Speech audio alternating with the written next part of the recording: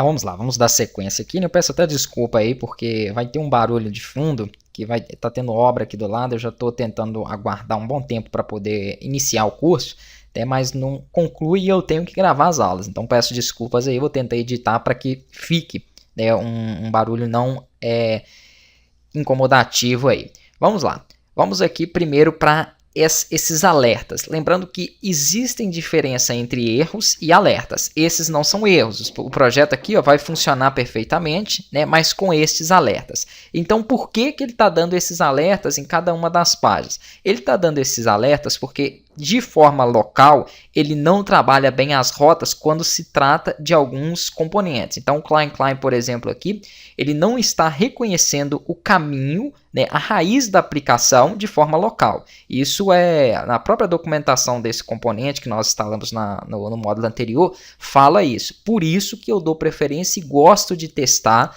né, direto aqui dentro do servidor. Então, tanto no servidor, né, de um dos meus sites que estava funcionando, que eu trabalhei no módulo anterior funcionando perfeitamente, e no outro que eu acabei de colocar agora, perfeito. Sem o alerta. De forma local, ele vai dar o alerta aí no Klein referente às rotas. Ah, mas eu não quero que esse alerta fique aparecendo. Ainda assim, eu quero continuar testando de forma local. Ok, basta você colocar uma anotação aqui, vamos fazer, para que isso não aconteça mais. Então, abra o arquivo que está dando esses alertas, que é o arquivo configuration, aqui mesmo ele te fala, né, dentro aqui então do configuration.php, tem aqui um asset que ele não está definido, ele não está conseguindo interpretar ele. Eu não posso comentar a linha, obviamente, porque ele precisa desse asset. Isso é prova de que ele está funcionando. Percebam aqui, que se ele tiver com um erro ou tiver comentado, deixa eu fazer um comentário nele, isso é só para explicar para vocês. Isso aqui dá erro, ele precisa de saber quem é a raiz, né? Lembrando que esse arquivo de configuração, eu não vou ficar explicando tudo que eu expliquei na aula anterior, né? Esse arquivo de configuração é para a gente controlar as pastas e diretórios dentro do nosso projeto. Então ele precisa disso aqui. Se eu tentar atualizar agora aqui, é erro na certa, porque ele não sabe, né? Ele não sabe onde estão os controles, onde estão as views, onde estão nada ali. Então vai ser uma série de erros que ele vai apontar. Então o que eu vou fazer aqui? Eu vou simplesmente, né, manter ele, mas eu vou falar para esse meu arquivo que eu não quero que ele me dê esses alertas. Como? Utilizando uma função error reporting.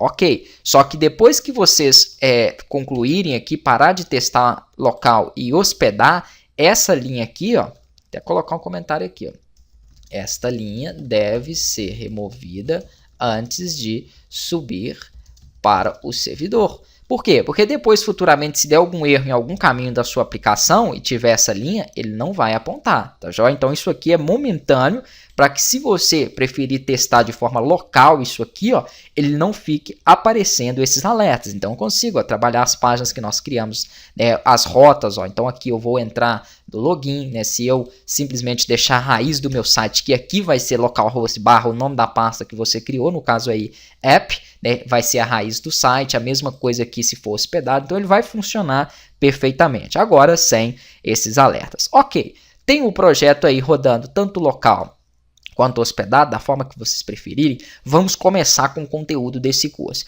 O que é que ficou faltando a gente implementar? A parte de banco de dados. Quem trabalha na estrutura MVC com banco de dados? Os models, né? Ou sejam aí os modelos, que não tem nada aqui ainda. Ele vai buscar as informações no banco de dados, passar para o controle e o controle vai repassar para a view. Vamos montar então uma estrutura um pouco melhor aqui. Vem dentro da nossa pasta Framework Aula, onde nós já temos aqui algumas configurações de rotas, né? Algumas configurações aqui de HTTP com uma configuração padrão, deixa eu aumentar um pouquinho isso aqui, do nosso controle. Então esse é um controle genérico que chama e trabalha aí com o carregamento dos outros controles, né, passando para ele a requisição, a resposta, a app aí, né, que foi chamada. Então foi explicado passo a passo. Da mesma forma que eu tenho um controle genérico, eu vou precisar aqui de um modelo genérico, um model genérico. Então vamos lá, botão direito, vamos criar uma nova pasta, vamos colocar aqui, essa pasta, na verdade eu vou chamar ela de data. Então vão ser os dados aqui. Então pasta data, novo arquivo, Ctrl S para poder salvar ele aí.